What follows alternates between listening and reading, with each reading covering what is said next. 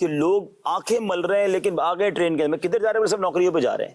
اچھا اجمان، آپ تو عرب امارات بہت رہے ہو، عرب امارات میں آپ صبح 6 بجے گاڑی پہ بیٹھ جائیں اجمان سے دبئی آنے کے لیے، لائنیں لگی ہوئی ہے گاڑیوں کی. کیوں بھائی؟ صبح صبح جاب پہ جانا ہے یار. 5-6 بجے یہاں بھی اٹھ جاؤ تو اللہ پاک بہت ساری چیزیں دے دے گا. یہاں اٹھنا نہیں ہے. اچھا یہ جاب کا ٹائم نہیں ہے، یہ خالی ٹریول ہے. یعنی 2 گھنٹے جانا پھر 2 گھنٹے آنا، محنت کرتے ہیں. اچھا پھر رات کو 10 بجے آ کر اپنا کھانا خود پکانا، کپڑے خود دھونا، استری خود کرنا، یہ سب وہاں کر رہی ہے قوم. بھائی یہ کام یہاں کیوں نہیں کرتے؟ محنت یہاں کریں تو یہاں کام کی کمی نہیں ہے. یہاں راجا بن کے رہنا ہے، یہاں کرنا کچھ نہیں ہے، ویلے گھومنا ہے، کہتے پیسے نہیں ہے. بھائی کام ادھر بھی کرنے والے کما رہے ہیں. چلے صوبان بھائی آپ کا شعبہ بھی ہے، کچھ بتاؤ سانو، دسو کچھ. جملہ ہے لوگ کیا کہیں گے.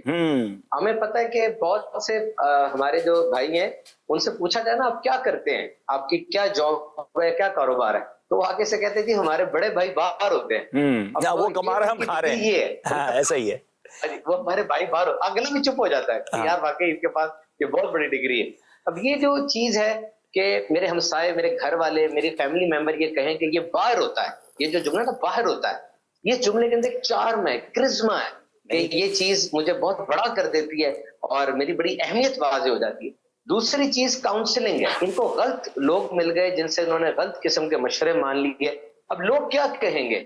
میں نے ڈگری لی، ڈگری لینے کے بعد اگر میں نے کوئی چھوٹا سا کاروبار شروع کر دیا، لوگ کیا کہیں گے؟ اتنا چھوٹا کاروبار کر رہا ہے.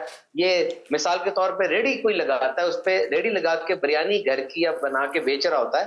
اب اس کو کاؤنسلنگ کرنے والے کیا کہہ رہے ہیں کہ یہ ایک حد تک امیز کام ہے، تمہارے لیول کا نہیں ہے، تمہارے اسٹیٹس کا نہیں ہے، تمہارے خاندان میں کبھی کسی نے ایسے نہیں کیا. اب یہ غلط مشورہ اس کو مل گیا اور اس غلط مشورے کی وجہ سے اس طرح سے چلا گیا. مختلف قسم کے اوپینین اس کے اوپر.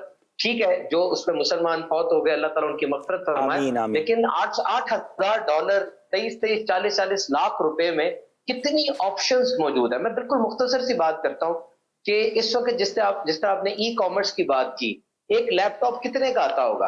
اور اس وقت سرکاری طور پہ بھی بہت سی ایسی سکیمز موجود ہیں، پرائیویٹ یونیورسٹیز بھی ایسے کام کر رہی ہیں کہ میٹرک پاس نوجوان اگر بالکل دل لگا کے 6 سے 8 مہینے، دیکھیں ایک بہت بڑا بازار ہے، اس کے اندر حرام چیز کی دکان بھی ہے، حلال چیز کی دکان بھی ہے. یہ انٹرنیٹ کا کاروبار بھی ایسا ہے، بہت بڑا ہے. آپ 6 ماہ سال لگا کے اس چیز کو سیکھ لیں. اب دیکھیے حضور، ایک بندہ وہ 6 گھنٹے ٹی وی کے اوپر کوئی کام کر رہا ہے، کوئی چیز دیکھ رہا ہے اور وہ موضوع بحث بھی اس نے بنایا ہوا ہے.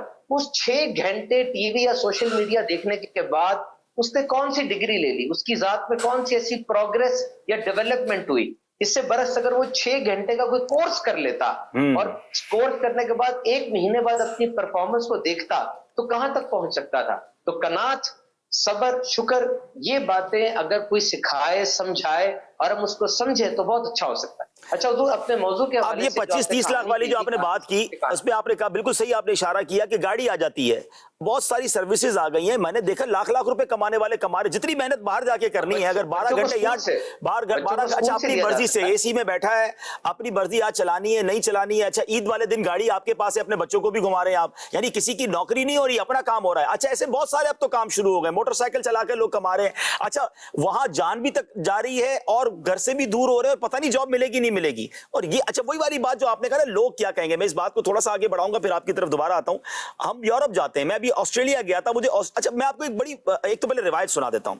جو حلال روزی کمانے کے لیے ذلت کی جگہ پہ کھڑا ہو تو اس کے گناہ ایسے جھڑتے ہیں کہ جیسے درختوں کے پتے خزاں میں جھڑتے ہیں. اب آپ ذرا غور کریں کہ گناہ جھڑ رہے ہیں حلال کمانے کے لیے.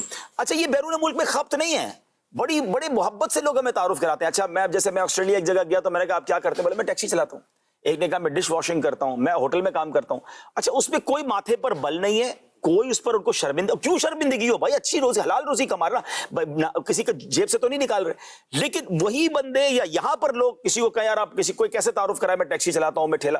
بھائی آپ حلال روزی کما رہے، کسی کے چکر میں کیوں جاتے ہیں؟ بھیک مانگنے کے لیے لوگ تیار ہو جائیں گے، کسی کے آگے ہاتھ پھیلا لیں گے، اس سے بہتر نہیں کہ اپنا کام خود کریں. تو یہ بڑی اہم بات صوبان بھائی کر رہے ہیں کہ یہ خامہ خائی کا ہم نے وہ بنا لیا ہے اور پھر بندہ نیچے سے ہی اوپر جاتا ہے. ہم نے دیکھا ہے بڑے چھوٹے چھوٹے کاروبار کرنے والے، ٹھیلے لگانے والے، پتھارے لگانے والے، آج اللہ نے ان کو فیکٹری اونر بنا دیا، لیکن وہ حلال کی طرف گئے، وہ غلط کام کی طرف نہیں گئے. جی صوبان بھائی. دور اس میں گزارش کروں گا کہ ہمارے پیچھے کون سی کہانی چل رہی ہے. ہر انسان کے پیچھے کوئی نہ کوئی کہانی ہے جو دوسری کہانی ہے. اور وہ کہانی کبھی کبھار پوری زندگی کو گورن کر رہی ہوتی ہے. میں اس کی مثال آپ کو یہ دیتا ہوں کہ جو آپ کی کہانی سامنے دنیا کو نظر آ رہی ہے نا, انہوں نے دوسری کہانی جاننے کی کوشش نہیں کرنی. ماں آپ کی ایک ہی ہے, باپ آپ کا ایک ہی ہے. وہ ماں ہے جو ایکسپلور کرے گی کہ میرے بچے کا موڈ کیوں آف ہے, یہ کیوں ایسے ہو رہا ہے. باقی لوگوں نے وہی کہانی دیکھنی جو ان کو نظر آ رہا ہے, انہوں نے پیچھے نہیں جانا. ایسا ہی ہے. اسی لیے کہتے ہیں اگر آپ گھر بیٹھ کے رو رہے ہیں نا تو باہر دروازہ کسی نے کھٹکھٹایا تو جب دروازہ کھولیں گے نا تو براہ کرم مسکرا کے کھولیے گا. اگر کسی نے آپ کو روتے ہوئے دیکھا تو وہ لوٹ لے گا, کیونکہ نمک ہر گھر میں ہے, مرہم ہر گھر میں نہیں ہے. اور اب میں آپ سے کہانی شیئر کرتا ہوں. یہ دیکھیے حضور کے پہلے میں ایک کہانی آپ کو بتا کے پھر اپنی کہانی بتاؤں گا. ایک استاد صاحب تھے, وہ بہت زبردست ٹیچر تھے پورے شہر کے اندر. وہ اپنے بچوں کے ساتھ کرکٹ کھیل رہے تھے, بچوں نے دوسری گیند پہ ان کو آؤٹ کر دیا. استاد صاحب کو آؤٹ کر دیا, ہاں ہم جیت گئے. استاد صاحب سب کو اندر لے آئے, آ کر کہنے لگے بتاؤ میں کرکٹر کیسا ہوں. کہتے جی آپ تو اچھے کرکٹر نہیں ہیں, دوسری بال پہ آؤٹ ہو گئے. کہا بتاؤ میں استاد کیسا ہوں. کہا جی پورے شہر میں آپ جیسا استاد کوئی نہیں ہے. کہا سن لو میں ایسا نہیں تھا, میں اتنا اچھا بولتا نہیں تھا. جب میں خود اسٹوڈنٹ تھا, ایک دن میرے ٹیچر کے گھر میں پارٹی تھی. میرے ٹیچر نے مجھے کچن میں بلایا اور کہا کہ بیٹا یہ برف توڑو, میں ابھی آتا ہوں. جیسے میرے ٹیچر گئے, میں نے ہاتھ سے وہ برف توڑ دی, ہاتھ سے, اور پھر میں نے برف اٹھا کے دیوار پہ ماری. جب میرے استاد صاحب واپس آئے, انہوں نے کہا اوئے یہ کیا کیا ہے, برف دیوار سے توڑ کے تم نے توڑی ہے, دیوار سے مار کے توڑی ہے, تمہیں اتنا پتہ ہی نہیں ہے کہ برف کیسے توڑتے ہیں. اوہ دیکھو اس کو پتہ ہی نہیں ہے, اس نے برف دیوار سے مار کے توڑی ہے. اچھا برف اس نے دیوار سے مار کے نہیں توڑی, برف اس نے ہاتھ سے توڑی ہے. وہ چپ ہے. استاد 2-3 دن تک تھوڑا سا اس کا مذاق بناتے رہے کہ یہ دیکھو اس کو پتہ ہی نہیں ہے, اس نے برف دیوار سے مار کے توڑی ہے. اب اس کے بعد بات آئی گئی ہو گئی. بچوں نے پوچھا سر آپ نے اپنے ٹیچر کو کیوں نہیں بتایا کہ آپ نے برف ہاتھ سے توڑی تھی. استاد کہنے لگے اس لیے نہیں بتایا کہ میرے ٹیچر کا ایک ہاتھ نہیں تھا, اور اگر میں ان کو بتا دیتا کہ میں نے ہاتھ سے توڑی ہے, انہیں یہ بات فیل ہونی تھی. بس پتہ نہیں کیا ہوا, اس دن کے بعد میرے کیریئر کو فلائٹ لگی, اور آج مجھ سے اچھا ٹیچر کوئی نہیں ہے, جبکہ میں ایک ایوریج اسٹوڈنٹ تھا. تو کوئی نہ کوئی کہانی آپ کے پیچھے چل رہی ہوتی ہے. میں اپنی کہانی سناتا ہوں. آج سے 20-22 سال پہلے میں پہلی بار کراچی آیا تھا. میں سٹیج فرائٹ کا شکار اسٹوڈنٹ تھا. پبلک سپیکنگ مجھ سے نہیں ہوتی تھی. امید ہے میری والدہ بھی یہ پروگرام دیکھ رہی ہوں گی, ان کو بھی اس بات کا پتہ ہوگا. میں بہت شائع تھا, شرمندہ اور شرمسار تھا, میں نہیں بول سکتا تھا اسٹیج کے اوپر آ کے. امیر علیہ سنت اس وقت تب آپ گھومتے پھرتے تھے, فیضان مدینہ کے اندر بھی تھے. عصر کی نماز امیر علیہ سنت نے پڑھائی, رمضان کے دن تھے, اور رمضان کے دن میں امیر علیہ سنت کے پاس ہم حاضر ہو گئے اور ہم چل مدینہ کی درخواست کر رہے تھے. چل مدینہ کا مطلب یہ ہے کہ پیر و مرشد کے ساتھ مدینہ شریف جانا ہے. اور رات کا وقت تھا, بہت زیادہ آہوازاری تھی, کافی آنسو بہا رہے تھے. امیر علیہ سنت کے گھر سے کھانا آیا ہوا تھا. امیر علیہ سنت نے مجھے سمجھایا کہ دیکھیں آپ صحیح سے افطاری کریں, اور صحیح سے افطاری کرنے کے بعد تاکہ تراویح کے لیے آپ کے اندر طاقت آئے. یہی امیر علیہ سنت کا خاصہ ہے کہ آپ کے الفاظ, آپ کا عمل, سب چیزوں سے تبلیغ ہوتی ہے. آپ نے اپنے گھر سے آئے ہوئے اس کھانے کے کچھ نوالے مجھے کھلائے تھے, اور گال تھپ تھپایا تھا, اور لٹرلی میں بالکل ٹھیک کہہ رہا ہوں الحمدللہ. اس کے بعد سے مجھے خود اندازہ نہیں ہوا کہ آج مدنی چینل پر بھی کلام کرتے ہیں, بیانات بھی پورے پاکستان میں جا کر کیے جاتے ہیں, ایک اچھی اس حوالے سے ریپوٹیشن ہے. تو یہ کہانی تھی پیچھے کہ چل رہی تھی کہ امیر علیہ سنت نے کس انداز سے لوگوں کو چنا, کس کو کس انداز سے تیار کیا. آج تک مجھے وہ جو مٹی کی ہنڈیا تھی میرے علیہ سنت کی وہ بھی یاد ہے, اور وہ جو نوالا تھا اس کا ذائقہ بھی ایک ذہن میں آتا ہے کہ امیر علیہ سنت نے کس انداز سے یہ کام کیا. بہت خوبصورت بات ہے. اور پچھلے دنوں مفتی قاسم صاحب نے بھی اس طرح, ہم ساتھ تھے تو ایک جملہ کہا کہ ہمیں نہیں پتا ہوتا اللہ والے بعض اوقات کچھ کھلا کے بھی نواز دیتے ہیں. اب سیدنا اگر غریب نواز رحمۃ اللہ تعالی علیہ کا واقعہ سنے تو ان کو کھلی کھلائی گئی تھی نا. بزرگ آئے تھے ابراہیم کندوزی رحمۃ اللہ تعالی علیہ, اور وہ چھوٹا سا ٹکڑا کھلایا اور دل کی دنیا بدل دی. تو اللہ والوں کی بات نرالی ہوتی ہے. ایک اور انٹرنیشنل ایونٹ ہوا ناظرین پچھلے دنوں, ایک اور عجیب واقعہ ہوا, پوری دنیا کو اس نے بھی ہلا کر رکھ دیا. اور وہ ایک ایسی آبدوز تھی جو سمندر کے اندر گہرائی میں جا کر ایک اور ڈوبے ہوئے جہاز کو دیکھنا تھا انہوں نے. اب اس پہ بحث نہیں کرتے کہ وہ کام کیا تھا یا کیسا تھا, مگر جو اسٹرانگ میسج یہاں ملتا ہے کہ یہ وہ واقعہ ہے کہ ایک ایسی اربوں پتی لوگ ہیں, ایک ایسی خرچہ کیا گیا جو کروڑوں روپے خرچہ کیا گیا, اور اس کے بعد جناب وہ اس جگہ تک پہنچے. اس میں جو مسلمان تھے, ہمارے پاکستانی تھے, داؤد فیملی کے لوگ تھے, اللہ ان کی مغفرت فرمائے. یہ چونکہ ہمارے میمن برادری سے بھی ان کا تعلق تھا, اور یہ بڑا یوں سمجھا جائے کہ ایک لحاظ سے ان کی کنٹریبیوشن بھی بہت ہے فلاحی کاموں میں. اللہ ان کے نیک کاموں میں ان کو اس کی جزا دے اور مرحومین کی مغفرت فرمائے. لیکن